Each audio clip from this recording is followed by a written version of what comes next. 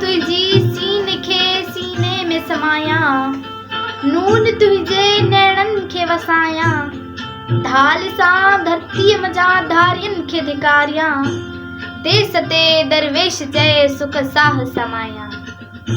तमाम ॾिसंदड़ ऐं ॿुधंदड़ साथियुनि खे मुंहिंजी तरफ़ां अस्सलाम वालेकुम, जीएसएम याली मदद, राम राम ऐं सभई सिंध जा सलाम। साथियो, अॼु बराबरि हिकु ख़ुशी जो ॾींहुं आहे, पर इन मौक़े ते बि असां सिंध जा दर्द, सिंध सां कयल जुल्मनि खे हरगिज़ नथा विसारे सघूं। पंहिंजी बिजली, पंहिंजो गैस, पंहिंजा मादनी वसीला हूंदे बि सिंध जा हुक्मरान हर वक़्तु वफ़ाक़ अॻियां हथ टंगियो बीठा आहिनि। न सिर्फ़ पाण पर पूरी सिंध जी आवाम खे हथ टंगण सेखारियो वियो आहे। आख़िर छो? इहो इन करे जो असांजे नौजवाननि में तालीम न आहे ऐं तालीम असांजी क़ौमी सक़ाफ़त आहे, जंहिंखां ही सिंधी क़ौम महरूम आहे। सिंध जूं नियाणियूं तालीम खां महरूम आहिनि। अॼु असां जंहिं मक़सद ते गॾु थिया आहियूं, वो मक़सद सिर्फ़ महफ़िल मौसीक़ी न आहे, वो मक़सद सिर्फ़ जश्न मल्हाइण न आहे, वो मक़सद आहे सिंध जे नए नस्ल खे सिंध जी तहज़ीब, सिंध जी सक़ाफ़त खां मुतमल आगाही करणु, ऐं इहा आगाही असीं तालीम ज़रिए ई करे सघूं था। सिंध हमेशह सूफ़ियनि वॾियनि बुज़ुर्गनि जी सरज़मीन रही आहे, जंहिंजो सबूत मोहनजोदड़ो जी तारीख़ खां आहे। अॼु खां 5000 साल पहिरीं पुराणी सिंध आहे। साथियो, तालीम हूंदी त तव्हां सभु हूंदा। तालीम हूंदी त तव्हां दुनिया सां कुल्ही में कुल्हो मिलाए हलंदो।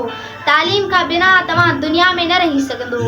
ही कूक सिंधी वार खां खंजर खां तिखी आ, ही फूक थदी हीर ओहड़ खां थदी आ, वहमन जे मकामन ते सुती पई आ, मगर जही क़ौम उथी पई त महशर खां तिखी आ। अज़ीज़ साथियो, असांखे पंहिंजो वञाइजी वियल मक़ाम हासिल करणो आहे। ग़ुलामी जा कारा ककर हटाइणा आहिनि। हिकु आज़ाद सिंध, हिकु आज़ाद देश, हिकु आज़ाद धरती हासिल करणी आहे।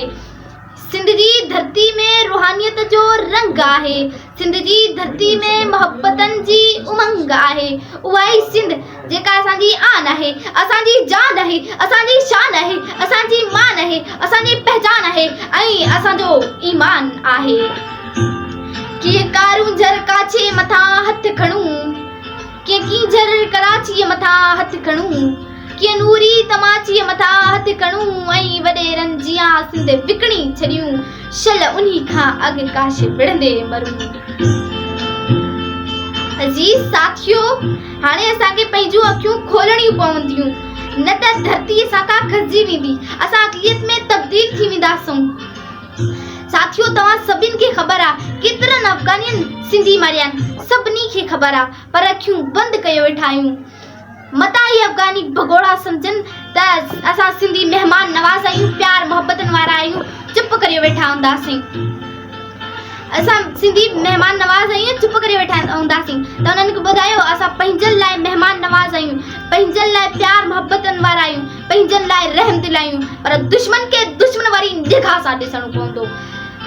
जिते बशीर खान कुरैशी चयो आहे त केॾो बि चाहे दुश्मन मुंहिंजो डाहे न सघंदो नक्शो सिंध जो, केॾो बि चाहे दुश्मन मुंहिंजो डाहे न सघंदो नक्शो सिंध जो, किरंदो रहंदो रक्त असांजो, चवंदो रहंदो जिए सिंध, जिए सिंध। साथियो, ॻाल्हियूं त घणियूं ई करणियूं आहिनि, पर बहरहाल वक़्त खे ॾिसंदे मां पंहिंजी तकरीर जो इख़्तिताम हिन शेयर सां करींदमि। सिंध सुजाग थी आहे हाणे, सिंध न पोइ ते पवणी आ, छा बि करे को कुझु न थींदो, सिंध सलामत रहणी आ, सिंध सलामत रहणी आ। तव्हां सभिनि जी वॾी वॾी महिरबानी।